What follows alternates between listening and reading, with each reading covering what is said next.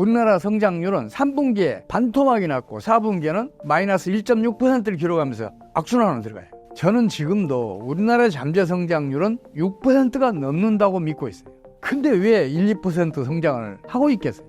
우리 정부의 경제정책이 실패하고 있기 때문에. 그리고 가격이 떨어지고 거래량이 줄어들면 경제 내에 유동성이 수축되는 일이 벌어지고 그러면서 붕괴가 일어나요. 부동산 가격이 폭락을 하는 거죠.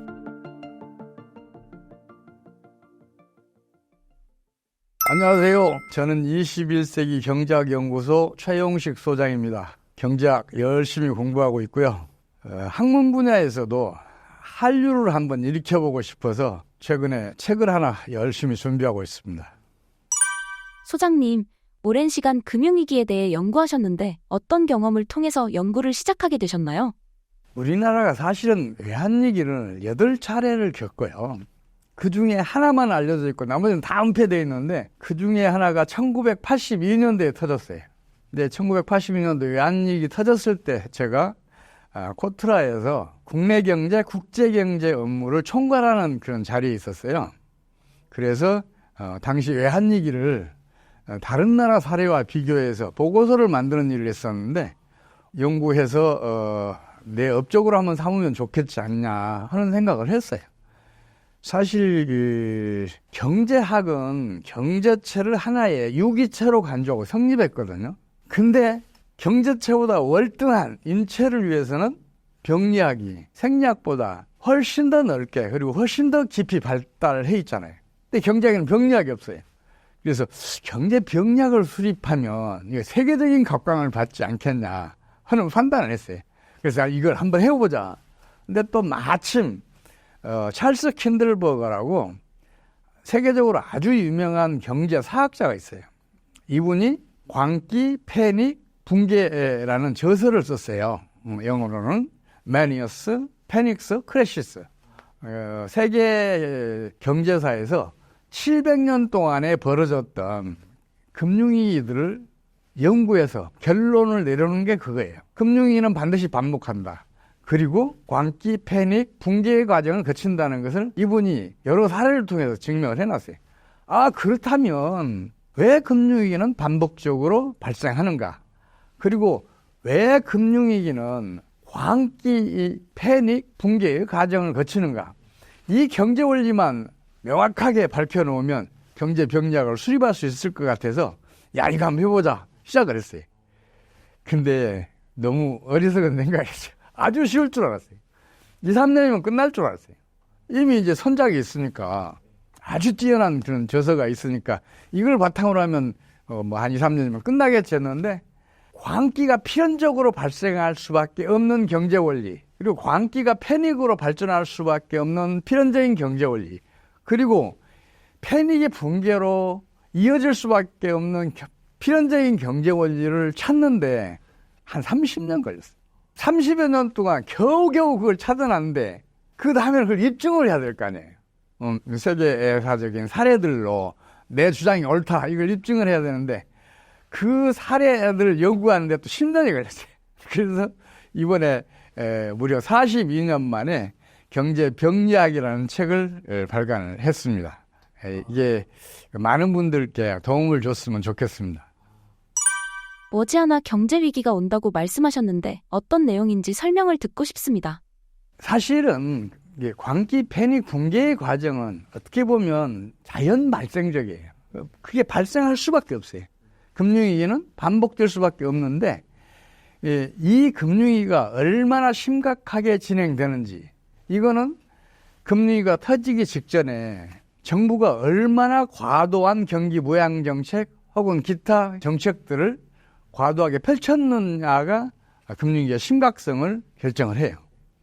그리고 금융위기가 막상 터진 다음에는 정부가 얼마나 적절한 정책을 얼마나 신속하게 펼쳤냐에 따라서 그 타격이 최소화되기도 하고 오히려 더 커지기도 해요. 그래서 이 정부의 이제 경제 정책이 결정적인 역할을 하는데 지금 현재의 상황이 금융위기가 심각하게 진행될 수밖에 없다고 저는 판단을 하고 있어요. 그게 왜 그러냐면요. 2020년도에 코로나 사태가 전 세계로 전염돼서 거의 경제 봉쇄 조치가 거의 모든 나라에서 이루어졌었잖아요. 경제 활동이 제대로 이루어지지 못했죠. 그때 경기가 급강하하면서 이제 축소 재생산의 악순환이 벌어졌어요. 그러니까 그 악순환을 차단하기 위해서 세계 각국이 특히 미국을 중심으로 해서 경기 부양 정책을 과도하게 펼쳤어요. 과도하게 펼쳤으니까 그 경기는 과열됐고 그 과열된 경기가 금융위기를 진행을 시키게 돼요. 그래서 그 금융위기가 지금에 와서 터지지 않는가 저는 그렇게 보고 있어요. 그래서 지금 굉장히 어려운 상황이다. 그렇게 저는 판단하고 있습니다. 당시에 미국이 여러 조치들을 취했지만 대표적으로 재정 지출을 7천억 달러를 증가시켜요. 그리고 버는 통화를 8천억 달러를 추가로 공급을 해요. 그 경제 활동은 활성화될 거 아니에요. 유동성이 풍부해지니까. 그래서 경기 과열 현상이 벌어져요. 2020년도에는 코로나 사태의 영향으로 미국 경기가 마이너스 성장을 하는데 2021년도에는 성장률이 5.9%까지 상승을 해요. 이거는 미국 잠재 성장률의 약 2배에 해당하는 것 같아요. 제 판단으로 그래요. 그래서 당연히 경기 과열이 일어났고 경기 과열이 일어나니까 물가 불안과 국제수지 악화가 같이 벌어지기 시작을 해요. 그렇게 해서 발생한 게 2022년 상반기에 미국이 국내 경기가 급격하게 후퇴를 해요. 1분기 성장률이 마이너스 1.6을 기록을 하고 2분기 성장률은 마이너스 0.6%를 기록을 해요. 그래서 축소 재생산에 들어갔어요. 이런 일은 금융위기가 터지지 않으면 벌어지지 않아요. 근데 문제는 뭐냐면 당시에 미국이 아주 적절한 정책을 아주 신속하게 펼쳐서 미국을 위해서는 다른 나라를 위해서는 아니지만 그걸 타게 해내요. 나는 그런 게 미국이 부러워요. 이렇게 한번 생각을 해봐요. 경기가 그렇게 급속하게 후퇴했으면 어떤 정책을 펼쳐야겠어요? 첫째는 이자율을 낮춰야 되잖아요. 그래야 투자가 활성화될 거 아니에요. 또 달러 가치를 떨어뜨려야 수출이 촉진될 거 아니에요. 경제학은 그렇게 가르치고 있어요.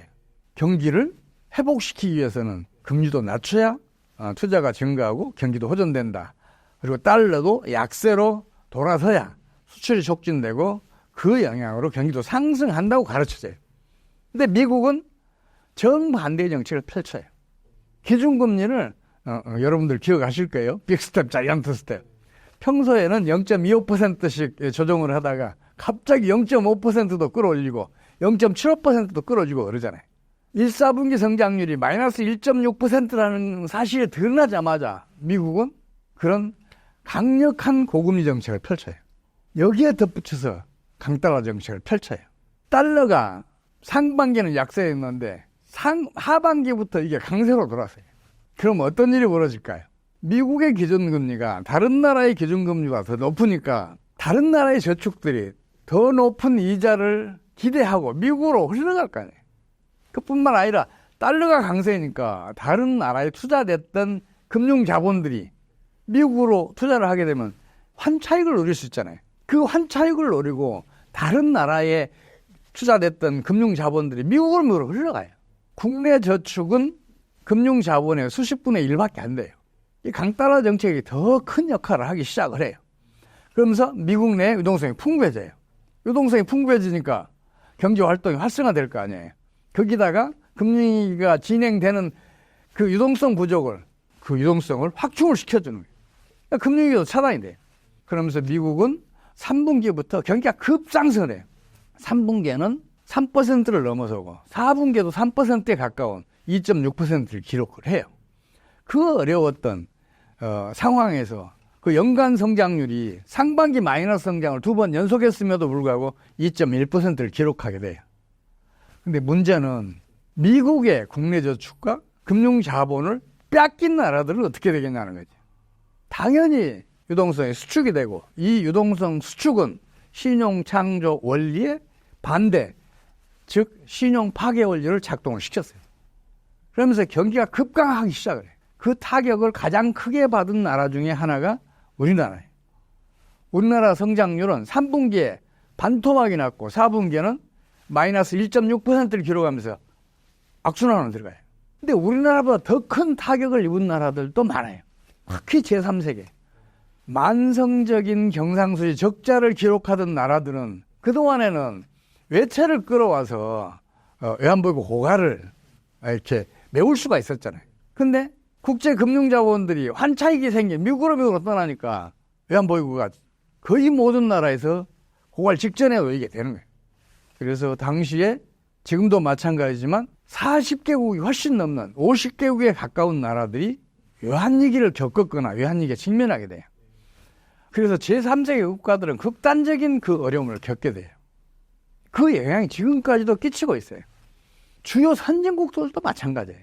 지금 지난해 하반기 이후로는 유럽과 일본을 비롯해서 주요 국가들의 성장률이 급강하기 시작하고 좀 이르게 그 금리가 진행된 나라들은 3분기부터 마이너스 성장을 했고 늦어도 4분기부터는 거의 모든 나라들이 마이너스 성장을 하기 시작해요.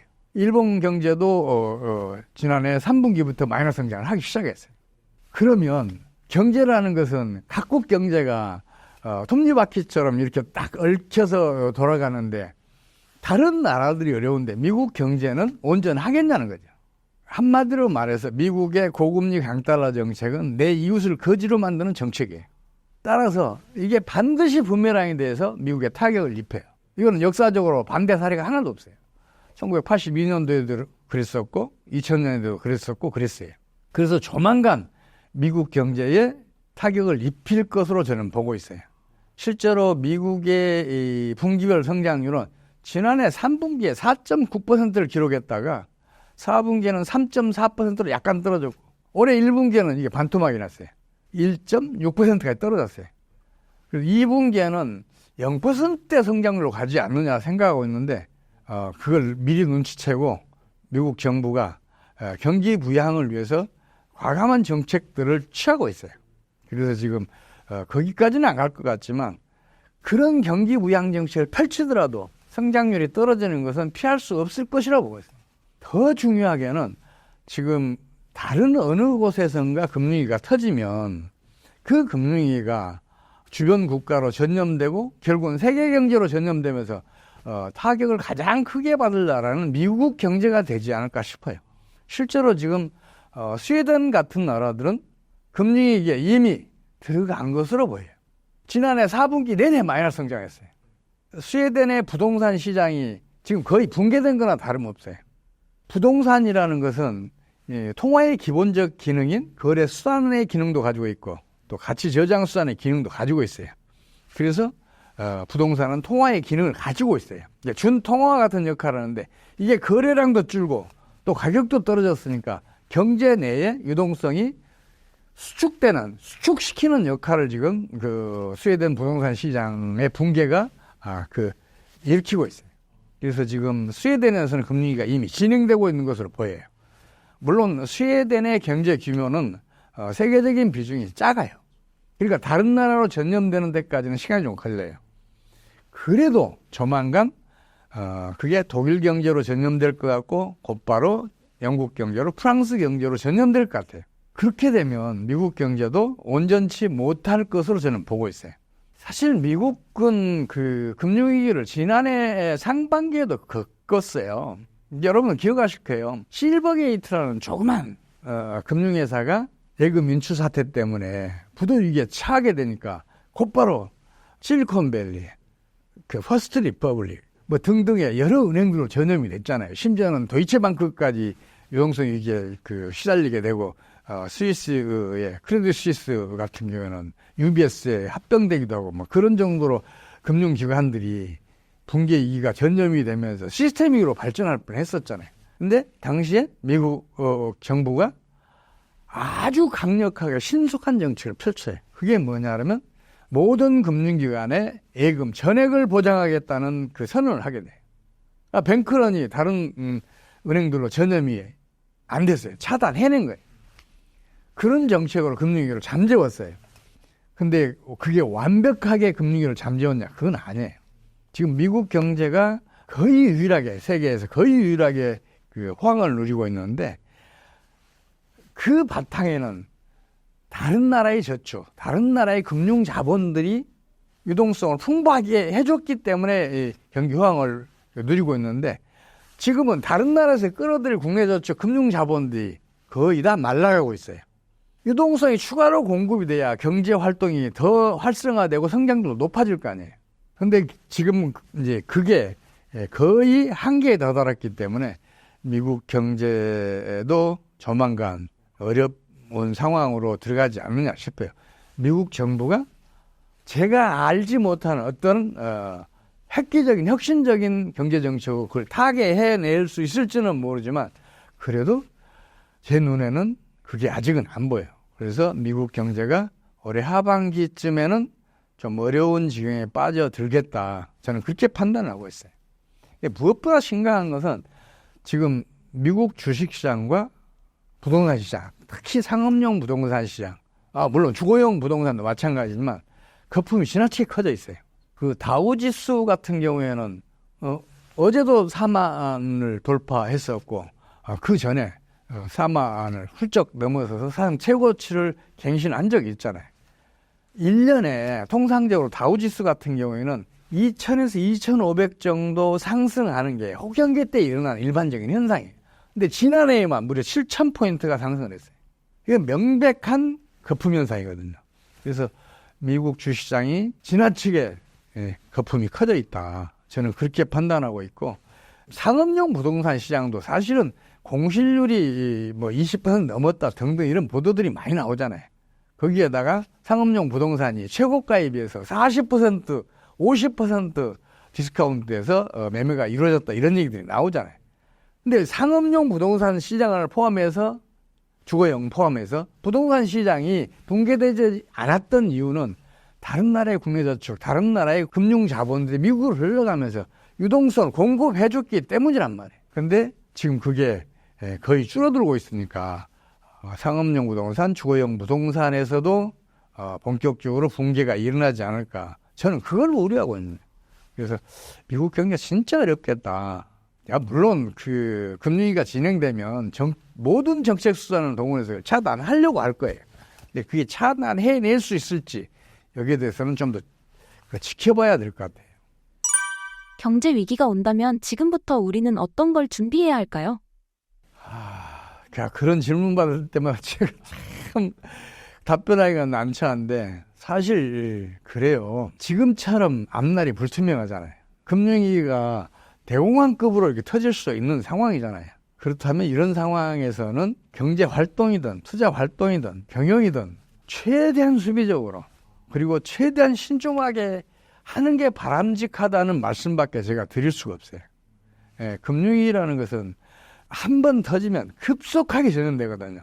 금리가 전염되면 신용 파괴원리가 작동하면서 신용 성수배만큼 유동성을 축소시킨단 말이에요. 이게 통화라는 게 우리 몸에 혈액과 같은 역할을 하잖아요. 우리 몸에서 혈액이 10%만 빠져나가도 생명이 위독하잖아요. 또 영양분도 제대로 공급을 못하고 또 뭐 그러기 때문에 체력도 극단적으로 악화되잖아요. 경제에서도 마찬가지란 말이에요. 유동성이 수축이 되면 경제 활동은 위축이 되고 그러면서 축소 재생산에 들어가면서 급격한 경기 후퇴가 오는 수가 있어요.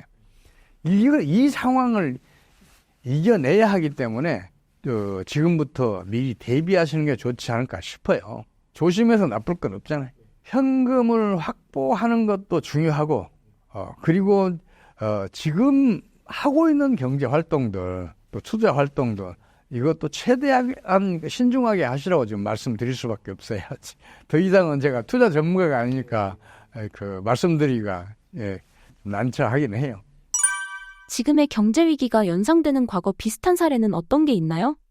금융위기라는 게 평균적으로 10년에 한 번씩 이렇게 반복이 되는데 각각의 금융위기들이 공통점도 많고 또 서로 틀린 점도 많아요.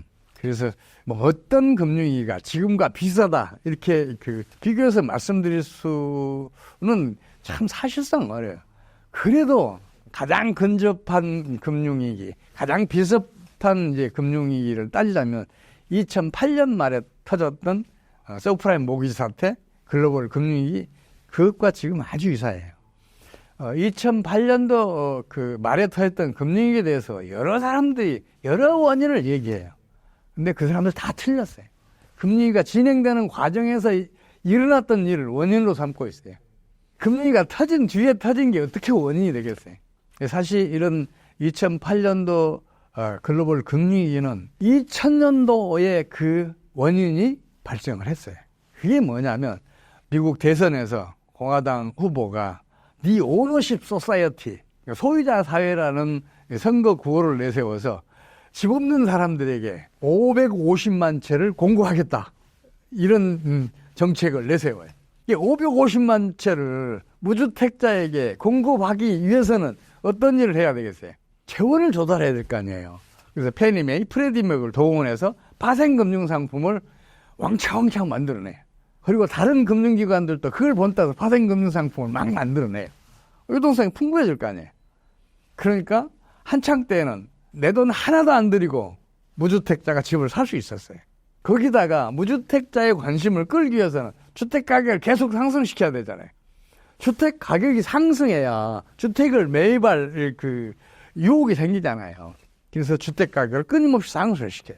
2000년대 중에 미국의 주택 가격이 평균적으로 2배 이상 상승을 했어요. 그리고 주택 보유 비율도 56%에서 65%까지 끌어올려요. 근데 문제는 뭐냐면 무주택자가 큰 빚을 내서 주택을 샀잖아요. 이건 뭘 의미하겠어요? 3, 4년 더, 5, 6년 더 저축해야 될 사람들이 그래야 주택을 살 그 여력이 생기는 사람들이 미리 큰 빚을 내서 샀잖아요. 이건 뭘 의미하겠어요? 미래 수요가 현재로 넘어왔다는 걸 의미하잖아요.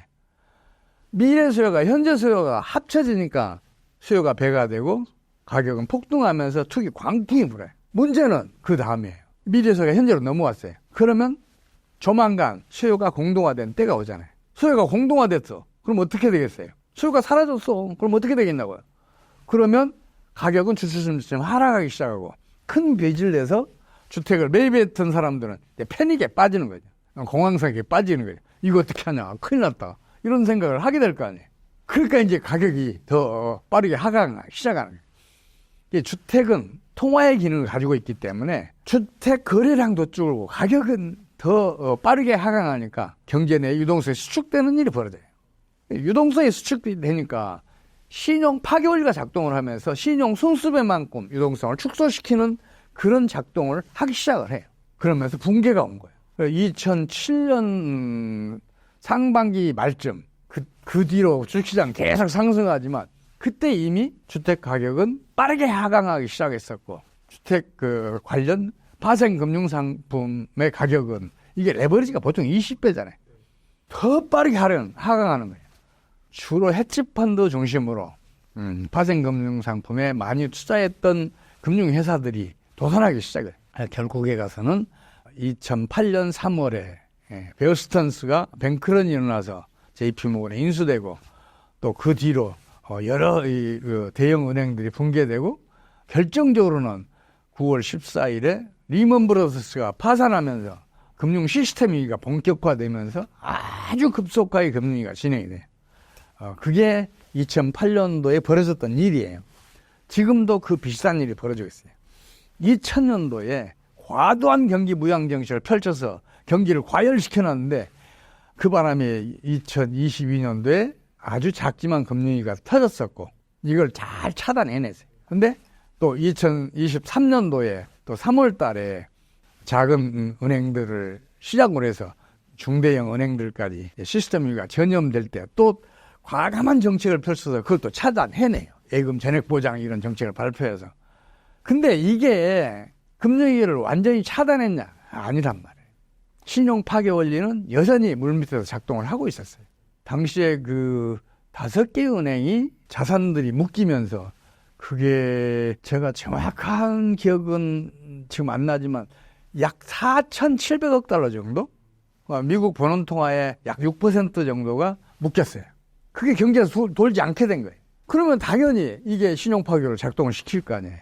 근데 신용 파괴 원리의 작동은 일반적으로 물밑에서 진행을 하고 그리고 압력으로 작용해요. 그리고 신용 승수만큼과 즉각 줄이진 않아요. 그래서 얼른 눈에 띄진 않아요. 그래서 그걸 지금 간과하는 경향이 있는데 앞으로 어떤 트리거의 역할, 금융위기를 터뜨릴 트리거의 역할을 어떤 사태가 터지면 금융위기는 본격적으로 진행할 것으로 저는 보고 있어요. 물론 미국 정부를 비롯한 세계 각국 주요국들의 중앙은행과 재무부 등등이 거기에 대해서 그 대응책을 마련하겠지만 또 그 대응책이 일정 정도 효과를 나타내겠지만 그래도 경제적인 타격은 클 수밖에 없다. 저는 그렇게 보고 있어요. 소장님, 현재 중국의 경제가 어느 정도로 심각한 상황인가요? 저는 그 질문을 들으면 판단 기준이 없어요. 정부가 발표한 경제 지표를 믿어야 그걸 바탕으로 판단할 수 있잖아요. 경제 지표라는 게 큰 그림을 그릴 수 있게 해주잖아요. 근데 중국 정부는 지난해 성장률이 5.2%였다고 발표를 했고 올해 1분기에도 5.3% 성장을 했다고 발표를 했어요. 근데 저는 이걸 믿을 수가 없어요. 왜 그러냐면 중국 주요 도시에서 노숙자들이 급증을 하잖아요. 그 뭐 탕핑족이니 뭐 이런 얘기도 지금 뭐 흔히 보도되고 그러잖아요. 이런 일은 마이너스 성장을 하지 않으면 벌어지지 않는 일들이에요. 그리고 마이너스 성장은 금융위기가 진행되지 않으면 벌어지지 않아요. 그리고 제가 보기에는 중국 경제는 이미 마이너스 성장 간 것 같은데 발표된 통계는 반대란 말이에요. 그걸 어떻게 판단해야 할지는 모르겠어요. 다만 중국의 전력 소비량 그 경제 지표를 보거나 또 그 다른 그 수출 수입 등등의 지표를 보거나 중국 여행 갔다 온 사람들이 하는 얘기들은 좀비 기업이 지나치게 많이 늘었다거나 이런 얘기들을 들으면 그걸로 판단할 수밖에 없어요. 그래서 중국 경제는 엄청 심각한 것 같다. 짐작만 하고 있어요. 사실 중국 경제는 이미 2019년부터 금융위기가 진행됐다고 봐야 돼요. 2019년에 빈집이 6,500만 채라는 보도가 있었어요. 중국의 그 아파트 중에서 불이 켜지지 않은 숫자를 위성사진을 통해서 조사해봤더니 그 정도 되더라는 얘기를 해요. 그때 이미 금융위기가 진행되고 있었다고 봐야 되는데 중국은 강력한 통제경제 체제예요. 그러니까 금융위기라는 홍수를 강력한 통제경제 체제라는 댐을 쌓아서 그걸 막아내고 있었어요. 근데 문제는 뭐냐면 금융위기가 잠재워지지 않고 계속해서 그 문제가 심각해지는 거예요. 헝다, 비구이안, 완다, 왕커, 중국 부동산업계 1, 2, 3위를 차지했던 그 거대 부동산 기업들이 연이어 파산했거나 파산의 직면에 있잖아요. 계속해서 금융위기라는 홍수가 밀려오니까 지금은 제가 판단했을 때 그 홍수가 댐 위로 넘치고 있는 것 같아요. 댐 위로 물이 넘치면 그 댐은 반드시 붕괴됩니다. 그래서 중국 경제는 조만간 아주 심각한 상황에 처하지 않느냐. 금융위기가 터지지 않느냐 본격적으로. 중국의 중앙정부, 지방정부, 또 중앙은행이 아무리 강력한 정책을 펼쳐도 어떻게 타개해볼 수 없지 않을까 싶어요. 여기에다 중국 정부가 중앙정부는 물론이고 지방정부까지 온 힘을 기울여서 키워놨던 배터리 기업들, 전기자동차 기업들, 그리고 반도체 기업들이 지금 한계에 와 있잖아 싶어요. 최근에 그 뉴스를 보니까 유럽의 선착장에 중국 자동차들이 거기가 주차장이 돼 있다는 그 보도가 있었고 수십만 대가 이렇게 팔리지 않고 있다는 얘기를 하잖아요. 그럼 어떻게 되겠어요? 팔리지 않는 그 전기자동차 생산하는 기업들은 어떻게 하겠냐고요. 그게 사실은 좀비 기업이거든요. 중앙정부, 지방정부 또 각 금융기관들이 밀어내기식 그 수출하는 그 수출 기업들에게 수출 금융을 통해서 생명 유지 장치를 달아주고 있다고 볼 수밖에 없잖아요.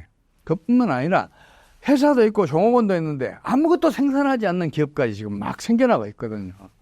그래서 중국은 금융 부문뿐만 아니라 실물 부문도 점점 심각해지고 있다. 저는 그렇게 판단하고 있어요. 거기에다가 중국은 그동안에 그 1대1로 사업으로 관련국들에게 대규모 금융 지원을 해왔었거든요. 1대1로 사업으로 약 1조 달러 정도 투자를 해줬어요. 외환을 빌려준 거예요. 근데 1도1로 사업에 참여했던 나라들이 하나같이 외환보유고 고갈 위기에 직면해 있어요. 돌려받을 수 없는 상황이 됐어요. 그러니까 중국 정부가 일부 국가에 대해서는 항만 운영권, 고속도로 운영권을 빼앗고 그런 일들이 지금 벌어지고 있잖아요. 근데 항만 운영권, 고속도로 운영권을 가져왔는데 이게 오히려 더 손해를 누적시키고 있는 거예요. 그래서 1대1로 사업으로 투자했던 1조 달러가 지금 모두 다 부실화되어 있다. 거기에다가 통화수업으로 7천억 달러를 공급을 해줬는데 이것마저도 돌려받을 길이 없다. 이제 그런 판단을 하니까 중국 경제 앞으로 어디로 가야 되나 싶은 생각이 들어요. 중국 경제 성장이 이렇게 낮아진 이유는 무엇인가요? 그건 두 가지 측면에서 볼 수 있어요. 하나는 장기적인 측면, 단기적인 측면 이렇게 두 가지로 볼 수 있는데 단기적인 측면 먼저 말씀드릴게요. 중국 경제 성장률이 8, 9%대에서 갑자기 7%대, 6%로 떨어진 때가 2010년대 중반부터예요. 그러면 그때부터 어떤 경제 변수인가는 아주 이상하고 아주 중대한 변화를 일으켰을 것으로 볼 수 있잖아요. 그게 원인으로 볼 수 있잖아요. 그게 뭐냐면 중국의 외환보유고예요. 중국은 경상수 적자가 수천억 달러잖아요. 그럼 외환보유고가 수천억 달러씩 증가해야 되잖아요. 근데 놀랍게도 경상수지 흑자보다 훨씬 적게 어떤 경우는 외환보유고가 오히려 줄어드는 일까지 벌어져요. 그걸 뭘 의미하겠어요? 경상수지 흑자를 해외 투자라는 이름으로 즉각 해외로 유출시켰다는 의미잖아요. 이거는 수출로 애써 벌어들인 소득을 자기 돈으로 국내에서 생산했는데 이걸 즉각 해외로 유출시켰다는 걸 의미하잖아요. 그럼 당연히 내수는 유축이 되고 그럼 성장률은 떨어지죠. 실제로 이 경제 지표들을 찾아보면 2010년대 중반부터서 경상수지 흑자가 아주 적게 증가하거나 아니면 줄어들기 시작해요. 그게 가장 결정적인 원인이란 말이에요. 근데 이 정책은 일본이 똑같이 펼쳤다가 지금 30여 년 동안 초장기 저성장을 하는 가장 결정적인 원인이에요. 일본 경제는 1990년대 초부터 지금까지 35년 가까이 연평균 성장률이 0.8%대. 경상수지 흑자를 즉각 해외로 유치시키는 정책을 일본이 지난 30여 년 동안 펼쳤단 말이에요. 그래서 이 초장기 경기 침체에 들어가게 됐는데 이 정책을 똑같이 중국 정부가 펼치고 있어요. 당연히 일본의 길을 뒤따라할 거 아니에요. 그래서 2010년대 중반부터서 중국의 성장률은 끊임없이 낮아졌고 최근에는 중국 정부 발표대로 하면 5%까지 떨어졌죠. 제가 봤을 때는 0% 미친 것 같아요. 거기까지 왔다고 봐요.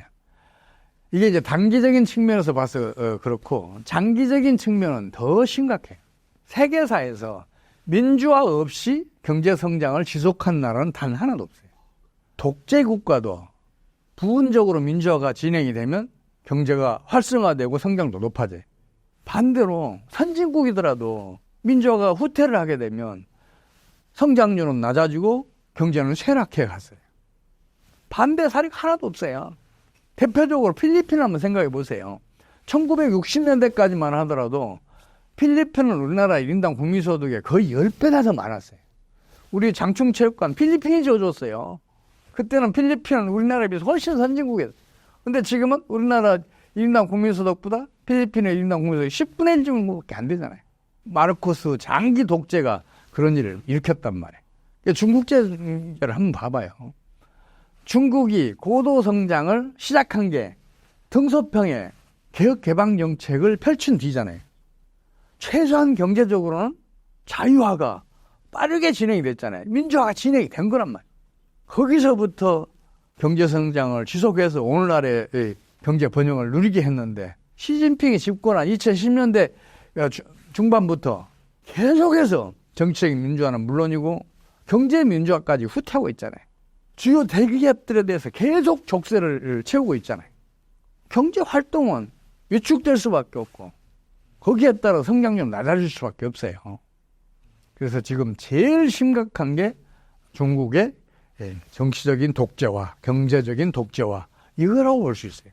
그래서 중국 경제의 앞날은 다시 민주화로 전환하지 않으면 앞날이 없다. 저는 그렇게 단언코 말씀드릴 수 있을 것 같아요. 미국의 제재와 외국 기업들이 빠르게 중국을 떠나고 있는 상황은 어떻게 보시나요? 근데 희한하게 세계 경제사를 보면 어느 나라가 어느 나라의 경제를 봉쇄하잖아요. 그럼 이 나라의 경제가 갑자기 성장을 시작해. 왜 그러겠어요? 대표적으로 영국이 그 나폴레옹 정전 당시에 대륙을 차단했잖아요. 근데 영국에서 수입해오던 면제품 등등 기계류 뭐 또 내연기관 이런 것들이 자체 생산하려고 필사적인 노력을 기울이면서 그게 막 성장을 시작하는 거예요. 또 영국이 미국이 독립한 직후에 거의 모든 산업에 대해서 봉쇄 조치를 취해요. 그러니까 미국 내에서 수입 대체 산업이 일어나는 거예요.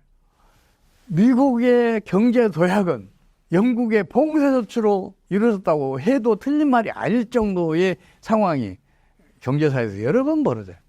그래서 지금 미국이 중국을 봉쇄하는 것은 제가 봤을 때는 이건 바보 같은 짓이에요. 그런 역사적인 사례가 있으니까. 근데 문제는 뭐냐면 중국 경제가 스스로, 중국 정부가 스스로 자기 경제를 붕괴시키고 있어요. 봉쇄 조치 때문이 아니라고 저는 봐요. 기업이라는 것은 망하기 때문에 강해요. 망할 처지에 놓이게 되면 필사적인 노력을 기울이고 반드시 그 상황을 타개해내요. 우리 인간도 그렇잖아요. 어려운 처지에 있는 사람들이 큰 성과를 내는 경우가 많잖아요. 기업은 더더욱 그래요. 기업은 망하기 때문에 강해요. 망하지 않기 위해서 필사적인 노력을 기울이면서 성장력도 커지고 경쟁력도 커져요. 그래서 미국의 중국에 대한 봉쇄, 이거는 경제적인 영향은 크지 않다고 보는데 중국이 스스로 망해가고 있다니까요. 소장님, 중국 경제가 무너지면 우리나라에 어떤 영향이 있을까요? 타격이 없지 않을 수 없죠. 단기적으로는 타격을 받아요. 근데 기업은 한 문이 닫히면 반드시 다른 문을 열어요. 망하지 않기 위해서. 중국이 우리 사드 배치 이후에 한한령으로 우리 한류를 완벽하게 차단했잖아요. 그럼 우리 엔터 업계는 중국의 의존도가 그때 엄청 컸으니까 망하지 않을 수 없는 상황에 직면하게 됐잖아요. 이게 우리 기업들은 어떻게 했어요? 일본 시장, 동남아 시장 더 적극적으로 예측하고 미국을 비롯한 북중미 시장도 개척해냈고 유럽 시장, 중동 시장, 서남아시아 시장, 아프리카 시장까지 개척해냈잖아요. 지금도 마찬가지예요. 중국에 대한 수출이 마이너스로 가니까 미국 시장 더 열심히 개척했어요. 유럽 시장 같은 경우에는 지금 장기간 부진의 늪에 빠져 있잖아요. 그럼에도 불구하고 유럽에 대한 우리나라 수출을 급증하고 있잖아요. 기업은 한 문이 닫히면 다른 문을 반드시 열어요. 그래서 중국의 그 경제적인 어떤 봉쇄 혹은 부진, 쇠락 이런 게 우리 경제에 끼치는 영향은 제한적이라고 볼 수 있는데 문제는 뭐냐면 중국 경제가 혹시라도 금융위기가 닥쳐서 심각한 경제 파국에 직면하게 되면 이게 세계 경제 전체에 영향을 끼쳐요. 그랬을 때는 우리나라도 그 타격을 심각하게 받을 것으로 저는 보고 있어요. 단기적으로는 큰 타격이 없지만 장기적으로는 큰 타격이 될 수 있다고 저는 보고 있어요. 중국 경제 회생 가능성은 어떻게 보시나요? 첫째는 중국이 독재화해서 방향을 전환해서 민주화로 가지 않으면 길이 없어요. 반대 사례가 없으니까 민주화 없이 이 경제성장 지속한 나라는 없으니까. 둘째는 일본이 이미 실패했고 우리나라도 실패했고 독일도 실패한 경상수지 과다한 흑자 이걸 해외로 유출시키는 정책을 또 고환율 정책을 폐기하지 않으면 길이 없어요. 근데 경제학은 그렇게 가르쳐요. 경상수지 흑자가 크면 성장률 높아진다고 가르쳐요. 소득 함수가 그렇게 표현을 하고 있잖아요. 근데 세상에서 아무리 바람직한 것도 과유불급이에요. 지나치면 부족함만 못해요. 경상수지 흑자도 마찬가지예요. 대체적으로 경상수지 흑자가 과다한 나라들, 일본, 독일, 중국, 우리나라, 대만 등등의 성장률이 경쟁국에 비해서 월등하게 낮아요. 과유불급이라니까요. 우리 정부는 그걸 몰라. 경제학도 그걸 몰라요. 제가 이렇다 해서 우리 정부 정책 당국자들 무능하다는 얘기는 아니에요. 경제학이 그렇게 가르치고 있어요. 경제학이 무능해서 경제 정책도 그렇게 무능하게 되는 거예요.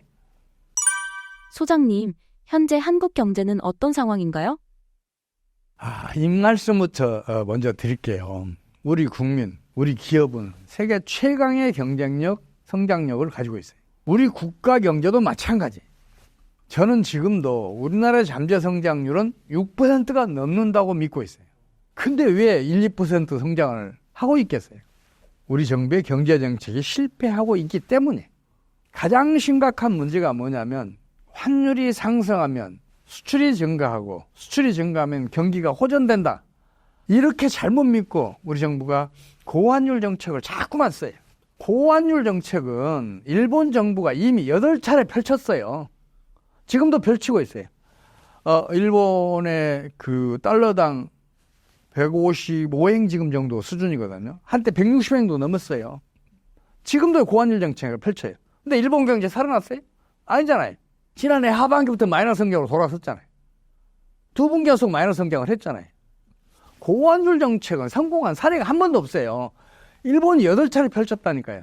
1995년부터 시작해서 2000년, 2004년, 2010년대 초반, 2014년 등등 8차례 펼쳤는데 단 한 번도 성장률을 높인 적이 없어요. 경기가 호전된 적이 없어요. 물론 경제학은 그렇게 가르쳐요. 그러면 경제 이론이 우선이에요? 경제 현실이 우선이에요? 현실이 우선이죠. 이론은 우리 인간이 만든 거예요. 경제 현실은 신의 섭리 혹은 자연의 섭리가 만들어낸 거잖아요. 어떻게 인간이 신의 섭리, 자연의 심리를 앞설 수 있어요? 현실을 존중해야 될 거 아니에요. 근데 경제학 이론에 지나치게 집착해 있어요. 세계사를 보면 환율을 끌어올리면 경상수지가 흑자인 경우에는 수출은 반드시 줄었어요. 이거는 이론적으로 설명은 길어요. 제가 간단하게 말씀드릴게요. 풀코스트 원리가 작동하기 때문에. 풀코스트 원리는 여러분들이 인터넷에서 검색해서 기에 무언가를 찾아보시기 바랍니다. 제가 설명하면 길어요. 그래서 이 풀코스트 원리가 작동을 하니까 환율이 올라가면 반드시 수출은 준다니까요. 더 심각한 문제는 우리 정부가 수출이 GDP의 절반에 육박한다고 강변을 해요. 고환율 정책을 펼칠 수밖에 없다는 거죠. 근데 이것 다 틀렸어요. 왜냐하면 수출은 매출 총액이에요. GDP는 부가가치 총액이에요. 기준을 일치시켜야 될 거 아니에요. 매출 총액은 부가가치 총액 4배예요. 4배가 넘을 때도 있어. 기준을 일치시키면 우리나라 수출은 GDP의 10%가 안 돼요. 심지어 8%대까지 떨어진 적도 있어요. 그러면 내수가 90% 넘는다고 봐야 될 거 아니에요. 자, 내수가 GDP의 90%가 넘는데 내수는 언제 확장되겠어요? 환율이 오를 때요? 내려갈 때요? 당연히 내려갈 때죠.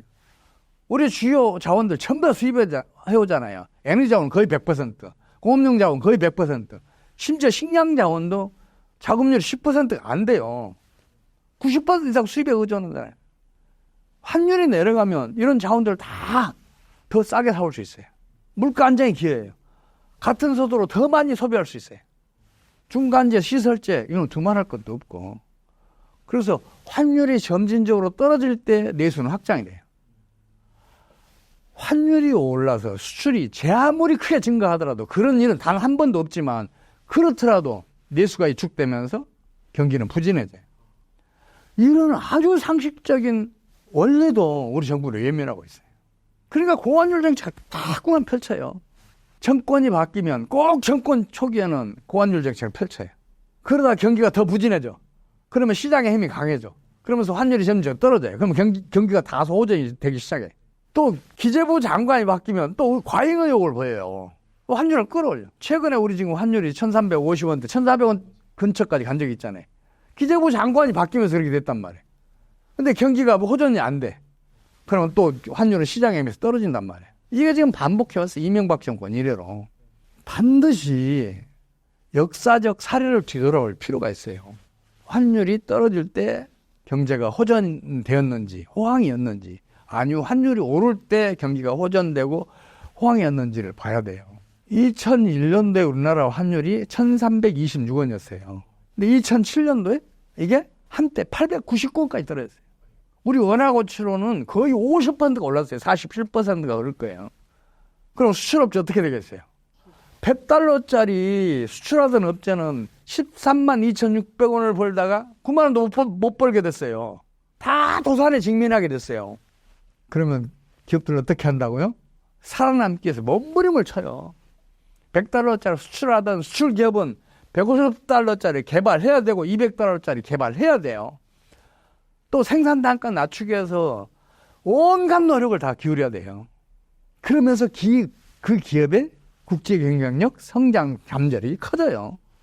당시에 우리 기업들의 그 처절한 노력이 우리나라 경상수지를 2015년도에는 1,000억 달러 넘게 키워요. 7.7%의 GDP에. 그 성장률은 8% 이상 넘어가야 될 거 아니에요. 경상수지가 그만 커졌는데. 근데 또 하필이면 그때 고환율 정책을 펼쳐요. 그러니까 성장률이 뚝 떨어지는 거예요. 그 역사적 사례가 한 번뿐이겠어요. 우리나라뿐만 아니라 독일도, 일본도 여러 나라들이 경상수지 흑자인 나라들은 그걸 겪었잖아요. 그럼 현실을 존중해야지. 경제 이론이 아니라 책상 머리만 앉아있지 말고 수출업체 직접 가봐야죠. 환율 오르잖아요. 해외 수입 그 기업들이 야 환율 올랐으니까 이익 나눠 먹자. 수출가격 좀 깎아줘.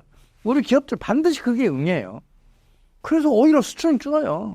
이런 그 상식적인 경제 원리들도 외면하고 있으니까 우리나라 잠재 성장 6%가 넘는데도 불구하고 지금 2%대, 1%대 성장을 하는 거예요. 우리 지금 경제 상황을 봐봐요. 성장률 6%가 아니라 8%도 갈 수 있어요. 대표적으로 제가 한류 하나만 말씀드릴게요. 우리가 한류 지금 전 세계를 호령하고 있잖아요. 점점 더 그 유력을 키우고 있잖아요. 우리 엔터업계, 연예인 등 우리 기업, 우리 국민은 그만큼 막강한 경쟁력, 성장력을 가지고 있단 말이에요. 그럼 한류 산업만 그러겠냐고요. 엔터업계만 그러겠냐고. 다른 일반 산업도 마찬가지예요. 지금 우리 경제는 1인당 국민소득 10만 달러도 견뎌낼 수 있는 산업들이 사방에서 크고 있어요. 여러 산업 제가 예를 들을 수가 있는데 딱 하나만 말씀드릴게요. 우리 K무기. 이거는 초정밀 기계산업이에요. 1인당 국민소득 10만 달러도 견뎌낼 수 있고 20만 달러도 견뎌낼 수 있어요.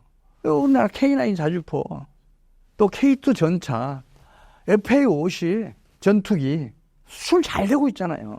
근데 그것만 그러겠냐고요. 심지어 우리나라 중소기업이 생산하는 아주 미미한 생활용품들, 지퍼니, 또 손톱깎이니, 모자니, 헬멧이니 이런 것들이 있잖아요.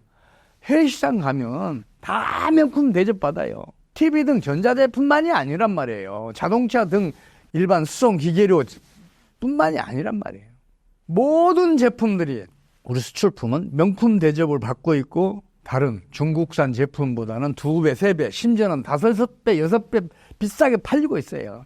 심지어는 우리 식품들도 5배, 6배 비싸도 팔리고 있잖아요.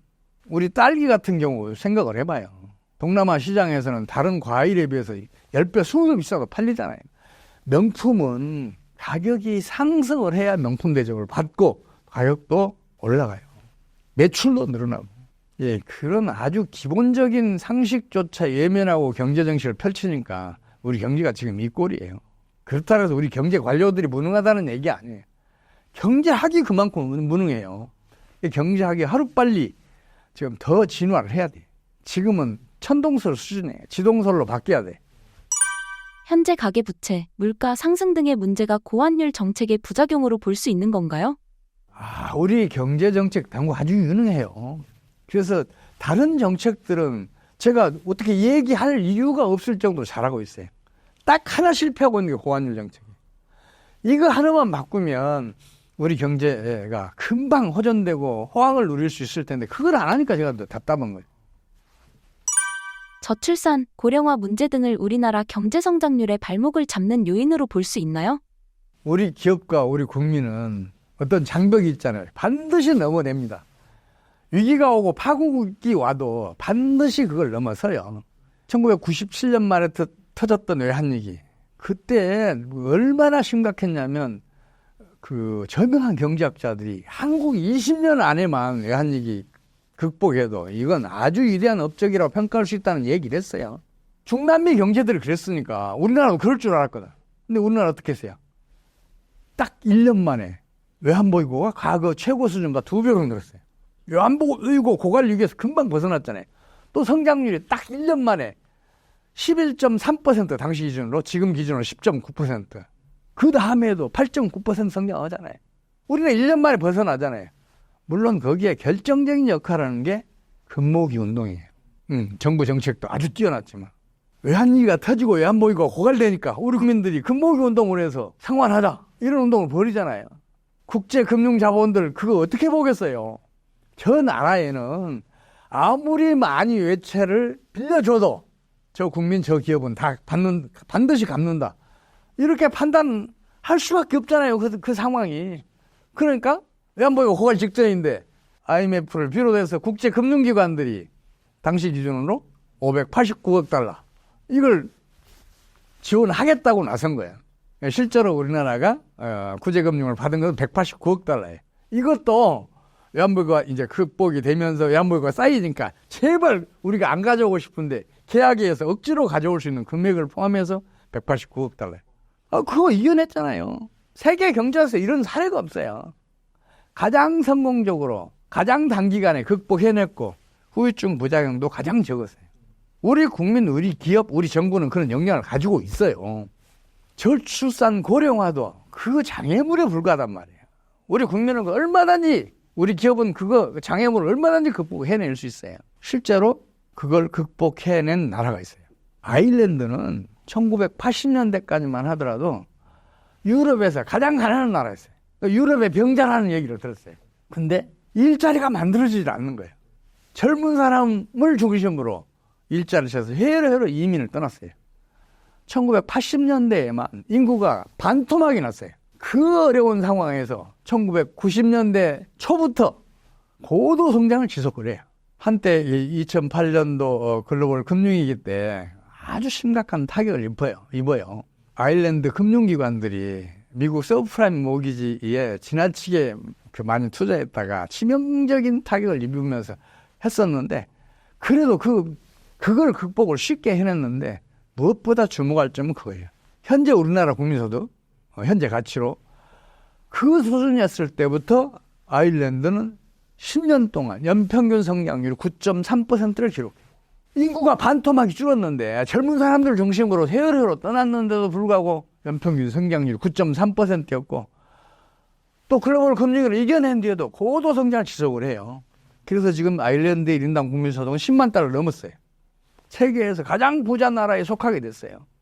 자, 그러면 우리 국민이 또 우리 기업이 아일랜드 국민만 못해요? 아일랜드 기업만 못해요? 저는 우리 국민, 우리 기업이 아일랜드 국민, 아일랜드 기업보다 훨씬 뛰어나다고 봐요. 우리나라도 얼마든지 극복할 수 있어요. 또 이 기회에 제가 또 한 말씀 드릴 게 있어요.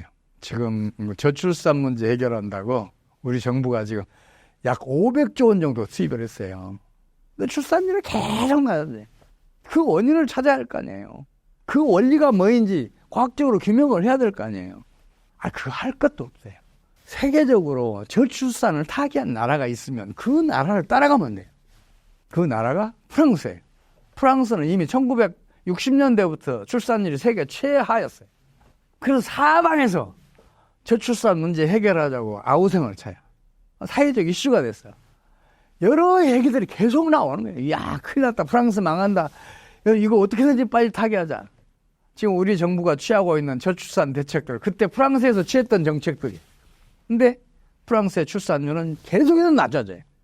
그런 대책이 펼쳐졌음에도 불구하고. 왜 그랬겠어요? 이거는 사회심리학에서 현장 실험을 통해서 증명해냈어요. 간단히 말씀드리자면 이거예요. 나쁜 일일수록 관심을 기울이면 기울일수록 더 악화돼요. 사회심리학에서 증명을 했다니까요. 자살을 중심으로. 자살 나쁜 일이잖아요. 어느 곳에서 자살이 두어 번 일어나면 정부에서 그 앞에 자살하지 맙시다, 생명의 전화 등등 그 편말을 붙이잖아요. 그러면 그 자살 명소가 돼요.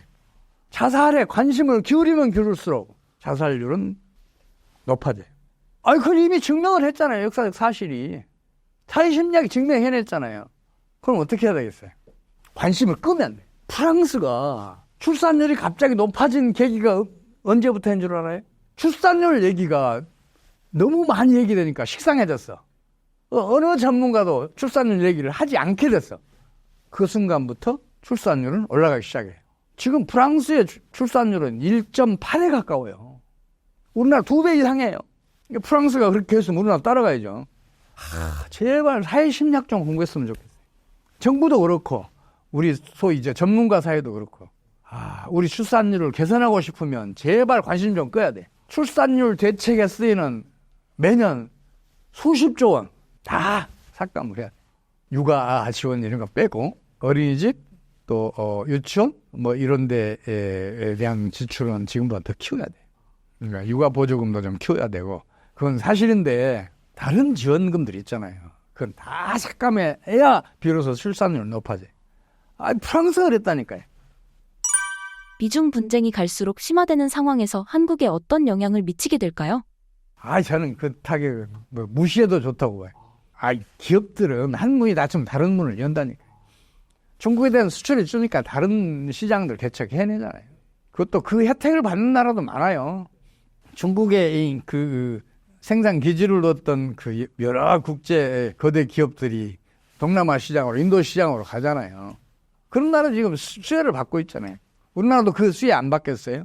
우리나라도 그 소위 이제 고급품 중심으로 또 최첨단 제품 중심으로 세계적인 생산기지 역할을 하고 있잖아요. 미중 갈등은 우리 경제에 부정적인 것보다 오히려 긍정적인 요소가 더 크다고 봐요. 부정적인 그 영향도 크게 받죠. 그걸 상쇄할 정도로 긍정적인 그 영향도 있어요. 그래서 지나치게 그걸 문제 삼을 필요는 없다고 저는 봐요. 소장님, 우리나라 부동산 시장은 어떻게 보고 계신가요? 부동산 시장, 특히 부동산 투자하시는 분들이 반드시 명심해야 할 일이 하나 있어요. 그게 뭐냐면 부동산 시장은 장기 주기를 가지고 있어요. 대체적으로 3년 정도의 투기 광풍, 광기가 일어나는 시기를 거쳐요. 그 다음에는 이제 수요의 시간 이동 때문에 패닉이 와요. 이게 반년에서 1년 정도 지속이 돼요. 패닉 다음에는 곧바로 붕괴가 오는데 이것도 반년에서 1년 정도 지속이 돼요. 그 다음에는 장기 정체기에 들어가는데 이게 한 5, 6년 정도 지속이 돼요. 왜 그러냐면 부동산이라는 건 저축을 그만큼 장기간 해야 수요가 일어나잖아요. 그게 대체적으로 한 5, 6년 정도 걸려요. 최근에 우리나라 부동산 시장 주기를 보면 2018, 19, 20 광기가 벌어졌어요. 그 다음에 2021년 패닉이 벌어졌어요. 영끌족들 이제 그때 난리 났었죠. 그리고 2022년도에 이게 붕괴가 왔어요. 그때 급매물들이 막 쏟아졌죠. 2023년부터서는 급매물이 이제 소화가 되면서 장기 정체기에 들어갔어요. 우리나라는 지금 장기 정책 2년 차에 들어갔으니까 앞으로 3년 내지 4년 정도 지나면 또다시 투기 바람이 불기 시작할 거예요. 이게 왜 그러냐면 부동산이라는 것은 내가 저축을 해야 수요가 일어나잖아요. 그때까지는 가격이 안 올라요. 이게 한 5, 6년 걸려요. 수요가 일어나면 일반 물가는 5, 6년 사이에 많이 올라 있잖아요. 그럼 부동산은 일반 물가에 비해서 더 빠르게 가격이 상승을 해요. 부동산 가격이 빠르게 상승하면 2, 3년 더 저축해야 수요에 가담할 수 있는 사람들이 그 가격 상승을 못 따라가. 자기 저축으로는. 그러면 큰 빚을 내서 부동산을 사기 시작을 해요. 이 얘기는 미래 수요가 현재 수요로 넘어왔다는 얘기예요. 미래 수요가 현재 수요가 합쳐지니까 이제 투기 광풍이 오는 거죠. 근데 미래 수요가 현재 수요로 넘어왔으니까 수요가 사라진 때가 반드시 닥쳐요. 이게 한 3년 뒤부터 이제 그런 일이 벌어지는데 수요가 사라지면 가격은 좀 떨어지고 또 거래량도 줄어들어요. 그러면 큰 빚 내서 집을 샀던 사람들은 패닉에 빠져요. 그게 패닉기예요. 그 가격이 떨어지고 거래량이 줄어들면 경제 내에 유동성이 수축되는 일이 벌어지고 이 유동성 수축이 신용 파괴원리를 작동을 시켜요. 그러면 경제 내에 유동성이 신용 승수배만큼 줄어드는 압력을 받아요. 그러면서 붕괴가 일어나요. 부동산 가격이 폭락을 하는 거죠. 한때가 특히 2022년도 하반기에는 많이 올랐던 아파트 가격은 반토막, 심지어는 3분의 1토막 난 데도 있었어요. 그런 붕괴가 2022년도에 있었어요. 그리고 이제 지금 장기 정책이니까 앞으로 한 4, 5년 지나면 이제 다시 투기 광풍이 불 수도 있어요. 그 장기 정책위에는 지나치게 떨어졌잖아. 그러면서 이제 그 매입하는 사람도 생겨요. 그럼 가격이 잠시 올라요. 그러다가 수요가 본격적으로 안 일어나니까 또 점진적으로 이제 떨어지기 시작하고 그래서 작은 변동이 자꾸만 벌어져요. 2023년부터 지금까지 그러고 있잖아요. 뭐 주택 가격 지수가 올랐다, 또 떨어졌다, 또 올랐다, 이런 일이 계속 반복되잖아요. 이게 장기 정체기의 특징이에요. 근데 그게 전고점을 좀처럼 돌파하지 못해요. 그래서 장기 정체기가 지속이 되는 거예요. 요즘 우리나라 부동산에 대해서 끝났다, 일본 따라간다 이런 얘기가 많은데 어떻게 생각하시나요? 일단 일본 얘기부터 할게요. 일본은 1980년대 말에 주택 가격을 지금 못 따라가고 있어요. 그때 거품이 꺼지고 계속해서 주택 가격은 바닥을 기고 있어요. 그게 왜 그랬겠어요? 일본 경제는 지난 30여 년 동안 연평균 성장률 0.8%예요. 성장이 거의 못했어요. 소득은 거의 증가하지 못하는데 소비는 또 점진적으로 이렇게 증가를 하잖아요. 그러니까 저축이 이루어질 수 없게 되는 거예요. 주택을 매입하려면 저축이 그만큼 축적이 돼야 되는데 경기가 부진하니까 저축이 축적이 안 되는 거예요. 그래서 일본의 부동산 시장은 장기 정체기에서 그 장기 주기를 무시하고 오르지 못했던 거예요. 근데 우리나라는 그 정도는 아니잖아요. 아무리 낮아도 2, 3% 정도의 성장을 하고 있잖아요. 그만큼 소득이 증가하고 있기 때문에 저축은 계속해서 축적되고 있다고 봐야 돼요. 그래서 앞으로 2, 3년 정도 지나면 다시 수요가 일어날 것 같아요. 그 1, 2년 후에는 다시 이제 투기가 일어나고 그럴 걸로 저는 보고 있어요. 물론 뭐 인구가 감소했다. 그래서 앞으로 주택 시장의 전망은 어둡다. 아니면 이제 영원히 일본처럼 갈 것이다. 이런 얘기들 하는데 이거 한번 생각을 해봐요. 우리 1인 주택들 많이 늘어났잖아요. 과거에는 한 집에 5, 6명, 7명 이렇게 살았잖아요. 근데 지금은 1명 아니면 2, 3명 살잖아요. 주택 수요가 그만큼 증가할 수밖에 없었잖아요. 과거에는 반지하에도 사람들 많이 살았잖아요. 근데 지금 반지하는 창고로 놔두고 사람들 안 살잖아요. 사람이라는 게 그렇잖아요.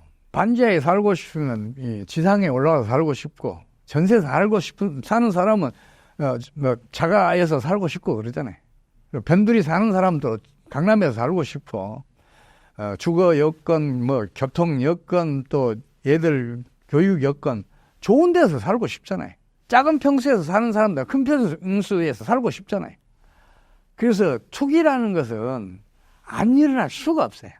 인구가 정체돼 있고 가구 수 늘어나는 것도 정체돼 있어도 마찬가지예요. 물론 앞으로 우리나라에서도 미국이나 유럽처럼 일부에서는 부동산 투기가 일어나고 또 다른 한편에서는 슬럼가가 형성될 거예요.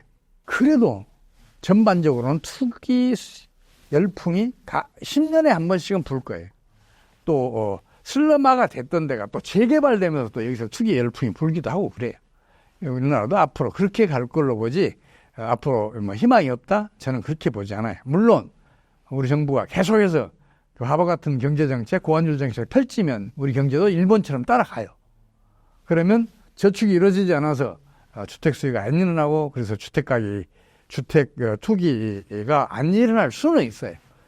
그래도 우리 정부가 그만큼 멍청하지는 않더라고요. 만약 지금 내 집 마련을 하려는 사람이 있다면 4, 5년 정도의 기간을 기다리는 게 더 좋을까요? 주식이든 부동산이든 이게 수요가 한번 일어나잖아요. 가격이 급격하게 상승해요.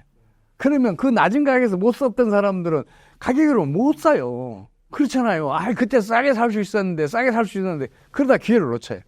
그래서 지금도 앞으로 더 떨어질 수 있어요. 세계적인 금리가 터지면 부동산 시장도 더 가라앉을 수가 있는데 그렇더라도 내 집을 사겠다.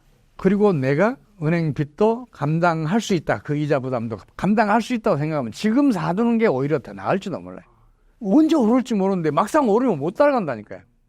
또 이 빚을 내기라는 게 겁이 나잖아요. 초기에는 아주 투기 광풍이 불기 전에는. 그래서 지금도 나쁜 시점은 아니에요. 최적기는 앞으로 한 2년 정도 지나면 주변에서 주식 투자 얘기, 부동산 투자 얘기 싹 사라질 때가 올 거예요. 그때가 최적기예요, 사실은. 근데 그 타이밍 잡기가 어렵다니까요. 능력이 있으면 지금 사두는 게 좋죠. 자기 집이라면 투자 목적이 아니고. 부동산 투자로 힘들어하는 분들은 어떻게 하는 게 좋을까요? 그 이자 부담을 감당할 수 있으면 버텨야죠. 지금 팔잖아요. 그러면 보복 소비 심리가 작동을 해요. 이 보복 소비 심리가 작동을 하게 되면 애써 피땀 흘려서 저축해놨던 거 반토막 났으면 그거 엉뚱한 데다 쓰게 된다니까요. 앞으로 돈을 더 저축해서 축적을 해야 집을 살 수 있는데 그거라도 바탕을 해서 집을 살 수 있는데 이거 써버리면 어떡해. 그래서 견딜 수 있으면 최대한 견디라고 말씀드리고 싶어요. 앞으로 부동산 가격이 더 떨어질 수 있어요. 세계적인 금융위기가 우리 경제를 덮쳐오면 떨어진단 말이에요. 그러더라도 버텨내는 게 중요해요. 앞으로 3년이면 다시 가격이 오르는데 그거 버틸 수 없겠어요? 버틸 수 없는 분들은 이미 2022년도 하반기에 다 급매물로 다 소화 다 시켰어요. 지금은 웬만한 분들은 버틸 수 있을 것 같아요. 부동산 PF 문제 등이 발단이 돼서 금융위기로 넘어갈 수도 있을까요? 치명적인 질병이 아니면 내가 어느 병에 걸렸다는 걸 알잖아요. 그럼 적절한 처방, 적절한 치료 받을 수 있잖아요.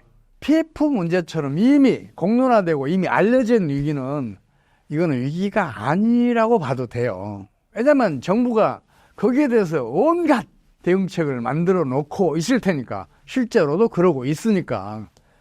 물론 지금 저축은행들 자기자본 비율 법정 비율보다 많이 떨어진 데도 있고 또 다른 금융기관들도 어려운 데가 있어요. 그런 데에 대해서도 정부가 대응책을 마련해 놨더라고요. 그럼 PF 문제가 우리 경제를 치명적으로 타격을 입힐 것 같지는 않아요. 저는 그렇게 기대하고 있습니다. 저는 우리 정부를 믿어요. 신사임당 구독자분들께 해주고 싶으신 말씀이 있나요? 사람이라는 게 자기 확증 편향이 있어요. 내가 이룩한 업종을 크게 봐요. 내가 경제가 어디로 간다는 걸 예측해 놓으면 거기에 따라서 행동도 해요. 근데 남이 얘기했는데 그럴듯해. 공감을 하더라도 좀처럼 행동에 옮기지 못하는 게 보통이에요. 그래서 저는 이런 말씀 드리고 싶어요. 설령 틀리더라도 자꾸만 예측하는 습관을 좀 들이라고 제가 말씀을 드리고 싶어요. 거기에 도움이 될 만한 책이 이번에 제가 발간한 경제병리학이에요. 경제병리학에는 금융위기가 터지는, 경제 파국이 터지는 일반 경제 원리들이 자세하게 정리되어 있고 그뿐만 아니라 세계적인 금융위기들에 대해서 다각적인 분석을 해놨어요. 근데 이것은 간접적인 임상 경험이거든요. 그래서 읽을 거리로도 읽을 만해요. 그래서 그런 걸 참고하셔서 우리 경제가 어디로 갈 것인지, 세계 경제가 어디로 갈 것인지 여러분들이 스스로 한번 진단하고 예측하는 그걸 한번 해보셨으면 좋겠어요. 그래야 여러분들의 앞날이 더 밝아질 수 있다고 저는 생각합니다.